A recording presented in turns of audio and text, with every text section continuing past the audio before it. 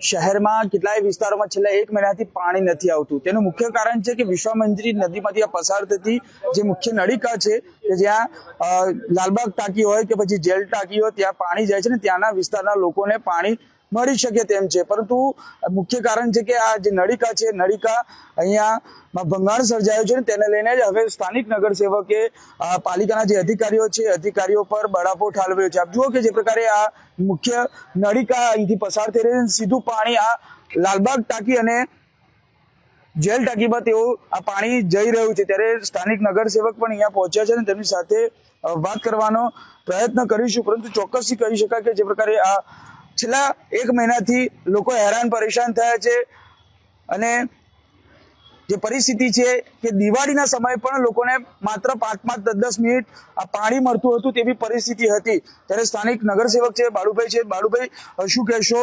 છેલ્લા 1 મહિનાથી આ પરિસ્થિતિ છે ને હજુ પણ રિપેર નથી કરી શકાય, શું માનો છો? પાલિકાના જે અધિકારીઓ છે શું થવું છે? કારણ કે મ્યુનિસિપલ કમિશનર તો કામ કરી રહ્યા છે પરંતુ તેમના હાથ નીચેના અધિકારીઓ કામ નથી કરતા।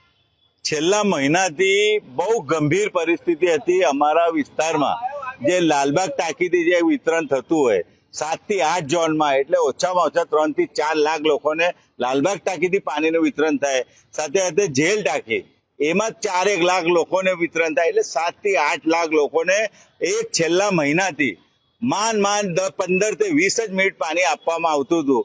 એટલે વારંવાર એટલી અસંખ્ય રજૂઆતો આવતી હતી, લોકો ફોન કરતા હતા, અમે જે તે અધિકારીને રજૂઆત કરી પણ કોઈ પણ પગલા ભર્યા નથી, કોઈ પણ। અને જ્યારે આપણાને કોઈ પણ જગ્યા ભંગાણ હોય તો સ્કાડા સિસ્ટમ જે કાઢી હતી આપણા તઈ કરોડો રૂપિયા ખર્ચો કરીને કે આખા વડોદરા શહેરમાં કોઈ જગ્યા પાણી ઓછું જાય કે કોઈ જગ્યા ભંગાણ હોય તે સ્કાડામાં દેખાઈ આવે, ખબર પડી જાય। પણ તમે જોઈ શકો કે વિશ્વામિત્રી નદીના નીચે મહીસાગરથી જે લાલબાગ ટાંકી ને જેલ ટાંકીનું જે પાણીનું વિતરણ થાય એના લાઈનમાં મોટામાં મોટું ભંગાણ છેલ્લા મહિનાથી પડેલું છે ને હજારો ગેલન પાણી ગટરમાં જતું રહ્યું છે। અને આટલો મોટો તહેવાર મહિના સુધી લોકોને 10 થી 15 મિનિટ 20 મિનિટ બસ એનાથી વધારે પાણી ના આપવામાં આવે। તહેવારોમાં પાણીનો વપરાશ વધારે હોય, લોકો એટલી રજૂઆત કરવા છતાં તમે જોઈ શકો એટલું મોટું ભંગાણ છે ને મહિના પછી ખબર પડી છે તોય હજુ કોઈ અધિકારી સ્થળ પર દેખાતા નથી। ખરેખર આવું કામ તો વહેલી તકે કરવાનું હોય, પણ જો એટલું મોટું ભંગાણ છે કે 80% પાણી ગટરમાં જતું રહે છે અને વિસ્તારના આટલા લાખો લોકોને પાણી પીવામાં મળ્યું નથી, પાણીથી વંચિત રહ્યા છે। એટલે જે પણ આમાં દોષી હશે, જેને પણ જેના ભૂલના લીધે થયું હશે, ખરેખર એનામાં કડકમાં કડક કાર્યવાહી કરવી જોઈએ। અને જે સ્કાડા સિસ્ટમ જે કંઈક વાતો કરેલી કે ખબર પડી જાય ભંગાણ હોય તો તરત જ દેખાઈ આવે, તો મહિના સુધી ભંગાણ છે કોને દેખાવામાં નહીં આવું, ખબર નહીં પડી, તો વહેલી તકે આને રિપેર કરીને અમારા વિસ્તારના લોકોને જે મહિનાથી જે મુશ્કેલી પડી છે, જે હેરાન થઈ ગયા છે, એ વહેલી તકે એને રિપેર કરીને પૂરતા પ્રેશરથી અમારા વિસ્તારના લોકોને પાણી મળવું જોઈએ એવી અમારી માંગ છે।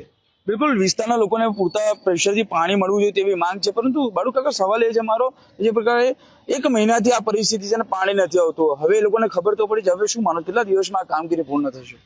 હમણાં જ મેં જે તે અધિકારીઓ HOD છે, ધાર્મિક દવે સાહેબ એમની જોડે વાત કરી છે, રાઠોડ સાહેબ જોડે વાત કરી છે, અને અમને એવું કહેવામાં આવ્યું છે કે આજના કાલમાં 1-2 દિવસમાં આ કામગીરી પૂર્ણ કરવામાં આવશે। પણ મહિના સુધી જે લોકો વંચિત રહ્યા, આટલો મોટો તહેવાર, દિવાળીનો તહેવાર, પાણી વગર લોકોને રહેવું પડ્યું, લોકો પાણીનો વેરો ભરવા છતાં આવી પરિસ્થિતિ ઊભી થાય અને મોટી વાતો કરવામાં આવે છે। જ્યારે તમે સ્માર્ટ સિટીની વાતો કરો અને મહિના સુધી મુખ્ય નળિકામાં આટલું મોટું ભંગાણ થાય, ગટરમાં પાણી જાય ને વડોદરા શહેરની પ્રજા પાણીથી વંચિત રહે, ખરેખર દુઃખ બાબત છે। અને ખરેખર આવો જે પણ અધિકારી હશે એને કડકમાં કડક કાર્યવાહી કરવી જોઈએ એવી અમારી માગણી છે। અને ફરી આવી ભૂલ કોઈ પણ અધિકારીની ના થાય, કેમ કે ભંગાણ થઈ ગયું છે, નીચે કઈ પથ્થર વાગ્યો, વાત સાચી છે, પણ એને તરત જ રિપેર કરવાનું હોય, કેમ કે લોકોને પાણી આગળ જતું બંધ થઈ ગયું છે।